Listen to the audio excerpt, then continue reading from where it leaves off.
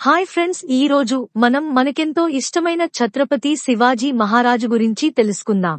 ఛత్రపతి శివాజీగా ఖ్యాతి పొందిన శివాజీ రాజే భోంస్లే ఫిబ్రవరి 19, 1627, ఏప్రిల్ 3, 1680 పశ్చిమ భారతదేశాన మరాఠా సామ్రాజ్యాన్ని నెలకొల్పి మొఘల్ సామ్రాజ్యాన్ని ఎదిరించాడు. తెలుగు సంవత్సరం 1674 సంవత్సరం హిందూ నెల జ్యేష్ఠ శుద్ధ త్రయోదశి నాడు ఛత్రపతి శివాజీ పట్టాభిషేక వార్షికోత్సవం జరిగిన సందర్భంగా హిందూ సామ్రాజ్య దివాస్ జరుపుకుంటారు. శివాజీ తండ్రి అయిన షాహాజీ నిజాంషాహీల ప్రతినిధిగా ఉంటూ మొఘల్ రాజులను వ్యతిరేకిస్తూ యుద్ధాల్లో పాల్గొనేవాడు. నిజాంషాహీలపైన షాజహాన్ దండయాత్ర చేసినప్పుడు షాహాజీ సైనికులను బలోపేతం చేయడంలో కీలక పాత్ర వహించాడు. తన ఆదేశాలను ధిక్కరించినందుకు లఖూజీ జాదవ్రావ్ అనే మరాఠా యోధుణ్ణి నిజాంషాహీ ప్రభువు హత్య చేయించాడు. ఇది నచ్చని షాహాజీ నిజాంషాహీ ప్రభువుపైన తిరుగుబాటు బావుటా ఎగురవేసి స్వతంత్ర మరాఠా సామ్రాజ్యానికి నాంది పలికాడు. ఫిబ్రవరి 1630, 19వ సంవత్సరం వైశాఖమాసపు శుక్లపక్ష తదియనాడు పూణే జిల్లాలోని జున్నార్ పట్టణం దగ్గర శివనేరి కోటలో షాహాజీ, జిజియాబాయి దంపతులకు జన్మించాడు. వీరు మహారాష్ట్రలోని వ్యవసాయం చేసుకునే భోస్లే కులానికి చెందినవారు. శివాజీ తల్లి జిజియాబాయి యాదవ క్షత్రియ వంశమునకు చెందిన ఆడపడుచు. దేవగిరి మరాఠా యాదవ రాజుల వంశము. శివాజీకి ముందు పుట్టిన అందరూ మృతి చెందగా ఆమె పూజించే దేవత అయిన శివై పార్వతి పేరు శివాజీకు పెట్టింది. షాహాజీ నిజాంలను ఓడించి గెలుచుకున్న ప్రాంతాల్లో సామ్రాజ్యాన్ని నెలకొల్పడానికి ప్రయత్నిస్తుండగా మొఘలులు ఆదిల్షాతో కలిసి షాహాజీని ఓడించారు. ఆదిల్షాతో సంధి ప్రకారం షాహాజీ ప్రస్తుత బెంగుళూరు ప్రాంతాన్ని జాగీరుగా పొంది పూణే వదిలి వెళ్లవలసి వచ్చింది. షాహాజీ పూణేలో తనకున్న జాగీరును వదులుకోవలసిన అవసరం లేకుండా ఒప్పందం కుదుర్చు షాహాజీ పూణేలో తన జాగీరు వ్యవహారాలను తన భార్యకు అప్పగించి యువకుడైన శివాజీకి రాజనీతి వ్యవహారాలు నేర్పడానికి కొందరు ముఖ్య అనుచరులతో కలిసి ఒక విభాగాన్ని ఏర్పాటు చేసి తాను బెంగుళూరు జాగీరుకు వెళ్లాడు. శివాజీ తల్లి అతనికి పుట్టిన భూమిపైన, ప్రజలపైన ప్రేమ కలుగునట్లు విద్యాబుద్ధులు నేర్పింది. చిన్నప్పటి నుండి భారత రామాయణ బలి చక్రవర్తి గాథలు చెప్పి వీర లక్షణాలు మొలకింపచేసింది. పరమత సహనం, స్త్రీల పట్ల గౌరవం తన తల్లి వద్దనే నేర్చుకున్నాడు. తన తండ్రి పొందిన పరాజయాలను క్షుణ్ణంగా అధ్యయనం చేసి అనతి కాలంలో శివాజీ యుద్ధతంత్రాలలో నిష్ణాతుడయ్యాడు. సకల విద్యలు తెలుసుకున్న శివాజీ మరాఠా సామ్రాజ్య స్థాపనే లక్ష్యంగా తన వ్యూహాలు మొదలుపెట్టాడు. 17 ఏళ్ల వయసులో శివాజీ మొట్టమొదటి యుద్ధం చేసి బిజాపూర్ సామ్రాజ్యానికి చెందిన తోర్నా కోటను సొంతం చేసుకున్నాడు. మరో 3 ఏళ్లలో కొండన, రాజ్గఢ్ కోటలను సొంతం చేసుకుని పూణే ప్రాంతాన్నంతా తన స్వాధీనంలోకి తెచ్చుకున్నాడు. శివాజీ తమ కోటలను సొంత చేసుకోవడం చూసి ఆదిల్షా మోసపూరితంగా శివాజీ తండ్రి అయిన షాహాజీని బందీ చేశాడు. తర్వాత శివాజీని, బెంగుళూరులో ఉన్న శివాజీ అన్న అయిన సంభాజీని పట్టుకోవడానికి 2 సైన్యాలను పంపగా అన్నదమ్ములిరువురు ఆ సైన్యాలను ఓడించి తమ తండ్రిని బంధ విముక్తుడిని చేయించుకున్నారు. అప్పుడు ఆదిల్షా యుద్ధ భయంకరుడుగా పేరు పొందిన అఫ్జల్ ఖాన్ను శివాజీ పైకి యుద్ధానికి పంపించాడు. శివాజీ మెరుపుదాడులు, గెరిల్లా యుద్ధ పద్ధతులు తెలుసుకున్న అఫ్జల్ ఖాన్ అతడిని ఓడించడానికి యుద్ధభూమి మాత్రమే ఏకైక మార్గమని తలచి శివాజీని రెచ్చగొట్టడానికి శివాజీ ఇష్టదైవమైన భవానీ దేవి దేవాలయాలను కూల్చాడు. ఇది తెలిసిన శివాజీ తాను యుద్ధానికి సిద్ధముగా లేనని చర్చలకు ఆహ్వానించాడు. ప్రతాప్గఢ్ కోట దగ్గర సమావేశమవడానికి ఇద్దరూ అంగీకరించారు. అఫ్జల్ ఖాన్ సంగతి తెలిసిన శివాజీ ఉక్కు కవచాన్ని ధరించి పిడిబాకు లోపల దాచుకున్నాడు. ఇద్దరూ కేవలం తమ అంగరక్షకులతో గుడారంలోకి వెళ్లి చర్చలు జరుపుతుండగా అఫ్జల్ ఖాన్ దాచుకున్న కత్తితో శివాజీ పైన దాడి చేసినప్పుడు ఉక్కు కవచం వల్ల శివాజీ తప్పించుకున్నాడు. అంతలో అడ్డు వచ్చిన అఫ్జల్ ఖాన్ సైనికాధికారులను శివాజీ సైన్యాధికారులు అడ్డుకోనగా శివాజీ తన దగ్గరన్న పిడి పులిగోర్లతో అఫ్జల్ ఖాన్ పొట్టను ఉగ్ర లక్ష్మీనరసింహ వలె చీల్చి చెండాడుతాడు. అఫ్జల్ ఖాన్ తప్పించుకుని గుడారం నుండి బయటకు పారిపోతుండగా ఒకే వేటుకు శివాజీ అఫ్జల్ ఖాన్ తల నరుకుతాడు. అఫ్జల్ ఖాన్ సేనను శివాజీ సేన దట్టమైన అడవుల్లో అటకాయించి మెరుపుదాడులతో మట్టికరపించింది. ఈ విజయంతో శివాజీ మరాఠా యోధుడిగా మహారాష్ట్ర అంతా పేరు తెచ్చుకున్నాడు. ఎలాగైనా శివాజీని అణచాలని బీజాపూర్ సుల్తాన్ యుద్ధవీరుడుగా పేరు తెచ్చుకున్న ఆఫ్ఘన్ పస్తూన్ సైనికులను పంపించగా శివాజీ సేన వేల సంఖ్యలో పస్తూన్లను చంపి విజయం సాధించింది. ఈ సంఘటనతో శివాజీ కీర్తి ప్రతిష్టలు భారతదేశమంతా వ్యాపించాయి. ఎందరో హిందూ రాజులకు శివాజీ ఆదర్శంగా నిలిచాడు.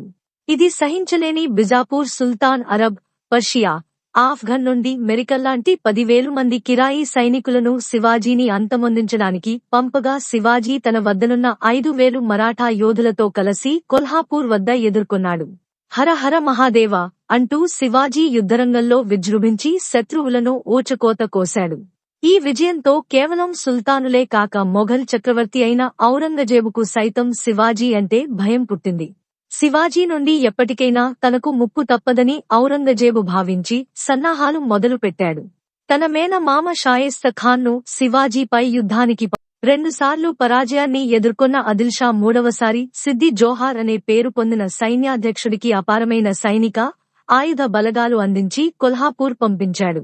ఆ సమయంలో కొల్హాపూర్ దగ్గరలో ఉన్న పన్హాలా కోటలో శివాజీ కొన్ని వందల మంది అనుచరులతో ఉన్నాడు. సిద్ది జోహార్ విషయం తెలుసుకున్న శివాజీ ఎలాగైనా పన్హాలా కోట నుండి తప్పించుకుని తన సైన్యం మొత్తం ఉన్న విశాల్గఢ్ కోటకు చేరుకుంటే యుద్ధం చేయవచ్చు అనుకున్నాడు. కాని అప్పటికే పన్హాలా కోట చుట్టూ శత్రు సైన్యం ఉండడంతో తాను యుద్ధానికి సిద్ధంగా లేనని దయతలచవలసినదిగా సిద్ది జోహార్కు వర్తమానం పంపాడు. అది తెలుసుకుని సిద్ది జోహార్ సైనికులు నిఘా సరళం చేసి విశ్రాంతి తీసుకుంటుంటే శివాజీ తన అనుచరులతో కోట నుండి తప్పించుకుని తన సైన్యం ఉన్న కోటవైపు పయనించసాగాడు. చివరి క్షణంలో ఇది తెలుసుకున్న సిద్ది జోహార్ తన బలగాలతో శివాజీని వెంబడించసాగాడు. కోటకు చేరుకునేలోపు శత్రువులు తమను సమీపించగలరు అన్ని విషయం గ్రహించి బాజీ ప్రభు దేశ్పాండే అనే సర్దార్ 300 మంది అనుచరులతో కలిసి తాము శత్రు సైన్యాన్ని ఎదుర్కొంటామని శివాజీని తన అంగరక్షకులతో ఎలాగైనా కోట చేరుకోమని చెప్పి ఒప్పించాడు. శివాజీ కోట వైపు వెళ్లిన వెంటనే బాజీ ప్రభు దేశ్పాండే 2 చేతులా ఖడ్గాలు పట్టుకుని శత్రువులతో యుద్ధం చేశాడు. 300 మంది సైనికులు తమ ప్రాణాలకు తెగించి అతి బలమైన శత్రువులతో పోరాడి నేలకొరిగారు. అప్పటికి శివాజీ తన కోట చేరుకున్నాడు. కోటలో తన అనుచరులతో చర్చించిన అనంతరం తాము సిద్ది జోహార్ సైన్యాన్ని ఎదుర్కొనలేమని గ్రహించిన శివాజీ సంధికి అంగీకరించాడు. సంధిలో భాగంగా శివాజీ సామ్రాజ్యం స్వతంత్ర రాజ్యంగా గుర్తింపు పొందింది. సిద్ది జోహార్ విజయానికి బహుమతిగా పన్హాలా కోట లభించింది. ఈ యుద్ధమే సుల్తానులతో శివాజీ చేసిన ఆఖరి యుద్ధం. ఆ తరువాతి కాలంలో మొఘల్ సైన్యంతో యుద్ధాలు చేయవలసి వచ్చింది. 1660లో ఔరంగజేబు తన మేనమామ అయిన షాయిస్తా ఖాన్కు 1,00,000కు పైగా సుశిక్షితులైన సైన్యాన్ని, ఆయుధాలను అందించి శివాజీని ఓడించి దక్కన్ ప్రాంతాన్ని స్వాధీనం చేసుకుని రమ్మని పంపించాడు. బలమైన షాయిస్తా ఖాన్ సేన ముందు శివాజీ సేన తల వంచక తప్పలేదు. శివాజీ ఓటమి అంగీకరించి పూణే వదిలి వెళ్లవలసి వచ్చింది. పూణేలో శివాజీ నిర్మించిన లాల్ మహల్లో షాయిస్తా ఖాన్ నివాసం ఏర్పరుచుకున్నాడు. ఎప్పటికైనా శివాజీ మెరుపుదాడి చేస్తాడని షాయిస్తా ఖాన్ పూణే నగరమంతా చాలా కట్టుదిట్టమైన భద్రతను ఏర్పాటు చేశాడు. 1663 ఏప్రిల్లో నగరంలో ఒక పెళ్లి ఊరేగింపు జరుగుతుండగా శివాజీ మారువేషంలో తన అనుచరులతో కలిసి పెళ్లి కూతురు తరపున బంధువుల్లో కలిసిపోయి లాల్ మహల్ చేరుకున్నాడు. ఆ భవనం స్వయానా తన పర్యవేక్షణలో నిర్మించబడింది. కాబట్టి సులువుగా లోపలికి చేరుకుని షాయిస్తా ఖాన్ గదిలోకి చేరుకున్నాడు. శివాజీ కత్తివేటుకు షాయిస్తా ఖాన్ 3 వేళ్లు తెగి కింద పడగా షాయిస్తా ఖాన్ కిటికీలో నుండి దుమికి ప్రాణాలు రక్షించుకున్నాడు. అంతలో ఇది పసిగట్టిన షాయిస్తా ఖాన్ అంగరక్షకులు షాయిస్తా ఖాను సురక్షిత ప్రాంతానికి తీసుకెళ్లారు. మొఘలులకు మచ్చ తెచ్చిన షాయిస్తా ఖాను ఔరంగజేబు సుదూర బెంగాలీ ప్రాంతానికి పంపించివేశాడు. 1664 నాటికి సూరత్ నగరం ప్రధాన వ్యాపార కేంద్రంగా ఉండేది. శివాజీ సూరత్ పైన దాడి చేసి ధనాన్ని, ఆయుధాలను దోచుకున్నాడు. అపారమైన ఆ మొఘల్ సంపదతో కొన్ని వేల మందిని తన సైన్యంలో చేర్చుకున్నాడు. కొద్ది రోజుల్లో మొఘలుల, బీజాపూర్ సుల్తానుల కోటలను ఒక్కొక్కటిగా తన సొంతం చేసుకోవడం మొదలుపెట్టాడు. ఇది చూసిన ఔరంగజేబు ఆగ్రహోద్రుడై తన దగ్గర పనిచేస్తున్న రాజపుత్రుడైన రాజా జైసింగ్ ను శివాజీ పైకి పంపించాడు. రాజా జైసింగ్ గొప్ప రాజనీతిజ్ఞుడు.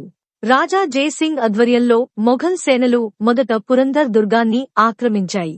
తర్వాత రాయగఢ్ ఆక్రమణకే సేనలు ముందుకు సాగుతుండగా ఓటమి గ్రహించిన శివాజీ రాజా జైసింగ్ తో సంధికి దిగాడు. 1665లో శివాజీ రాజా జైసింగ్ తో పురంధర్ వద్ద సంధి చేసుకున్నాడు. తర్వాత కూడా ఒక మొఘల్ సర్దార్గా ఉండడానికి అంగీకరించాడు. మొఘల్ సైన్యాన్ని ఉపయోగించుకుని తన శత్రువులైన బిజాపూర్, గోల్కొండ సుల్తానులను ఓడించడానికే శివాజీ మొఘల్ సర్దార్గా ఉండడానికి 1666లో ఔరంగజేబు తన 50వ పుట్టినరోజు సందర్భంగా శివాజీని, అతని 6ఏళ్ల కొడుకు సంభాజీని ఆగ్రాకు ఆహ్వానించాడు. సభలో శివాజీని సైనికాధికారుల వెనుక నిలబెట్టి అవమానపరిచాడు.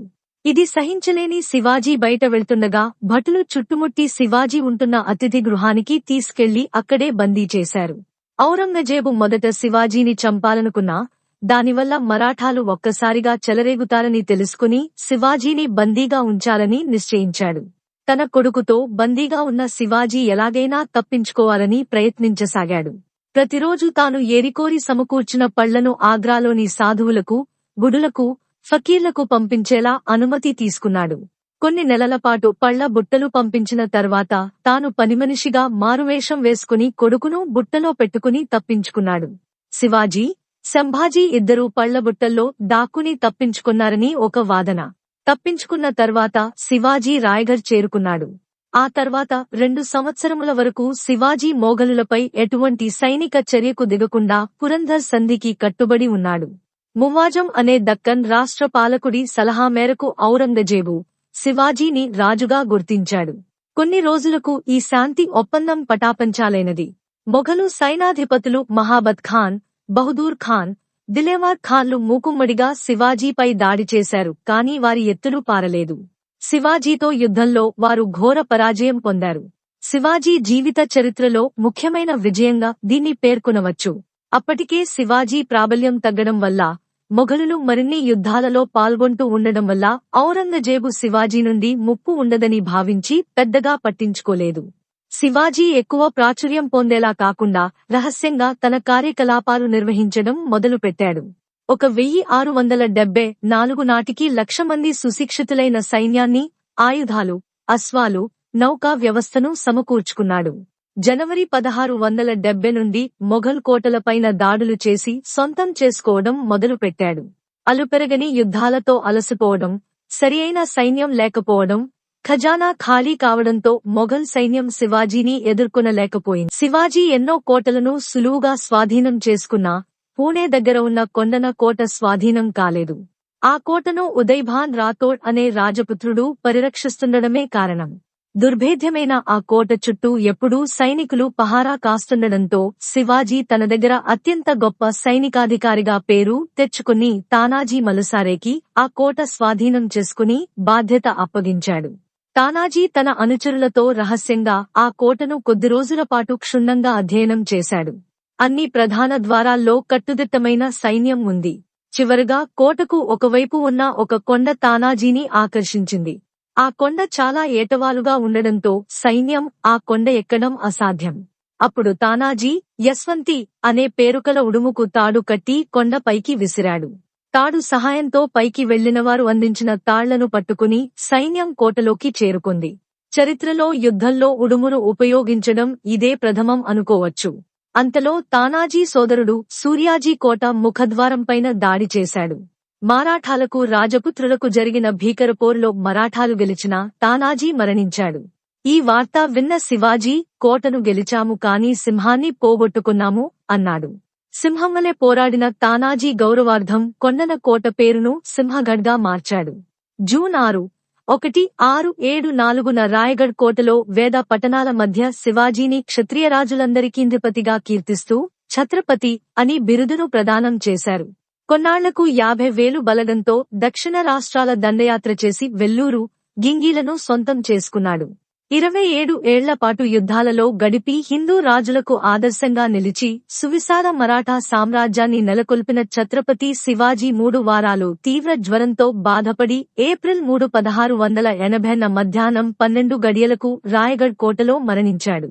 శివాజీ పెద్ద కొడుకైన సంభాజీ తర్వాత రాజ్యాన్ని చేపట్టి మొఘలులను సమర్థవంతంగా ఎదుర్కొని యుద్ధతంత్రాలలో మాత్రమే కాకుండా పరిపాలనా విధానంలో కూడా శివాజీ భారతదేశ రాజులలో అగ్రగణ్యుడు. మంత్రిమండలి, విదేశాంగ విధానం, పటిష్టమైన గూఢచారి వ్యవస్థ ఏర్పాటు చేశారు. ప్రజల కోసమే ప్రభువు అన్న సూత్రం పాటించి వ్యక్తిగత విలాసాలకు ఎటువంటి వ్యయం చేయక ప్రజల సంక్షేమం కోసమే పాటుపడ్డాడు. సుదీర్ఘ యుద్ధకాలంలో లెక్కలేనన్ని యుద్ధాలు చేసినా ఎన్నడూ పవిత్ర స్థలాలను ధ్వంసం చేయలేదు. యుద్ధంలో ఓడిపోయిన శత్రువుల రాజ్యంలో ఉన్న యుద్ధం చేయలేని వారికి, స్త్రీలకు, పసివారికి సహాయం చేశాడు. ఒకసారి శివాజీ సైనికాధికారి ఒక చిన్న ముస్లిం రాజును ఓడించి అతడి అందమైన కోడలును తీసుకొచ్చి శివాజీ ముందు ప్రవేశపెట్టాడు.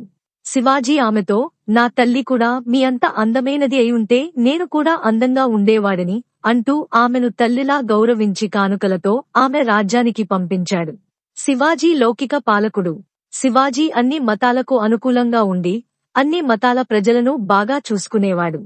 ముస్లింలకు వ్యతిరేకంగా అనేక తిరుగుబాట్లు చేసినప్పటికీ ఆయన పాలనలో ముస్లింలు తగిన విధంగా గౌరవించబడ్డారు. అనేక మసీద్లు నిర్మించిన హిందూ పాలకుడు. మనువాద అమలులో లేదు. నిస్వార్థంగా ప్రజలకు సేవ చేయడం, తాను చేస్తున్న పని పట్ల అంకితభావం, మచ్చలేని వ్యక్తిత్వం ఆయన అనుచరులకు, ప్రజలకు ఆదర్శంగా నిలిచాయి. భారతదేశాన్ని ఎందరో రాజులో ఏలినప్పటికీ ఈ లక్షణాలే శివాజీని గొప్ప రాజుగా చేశాయి.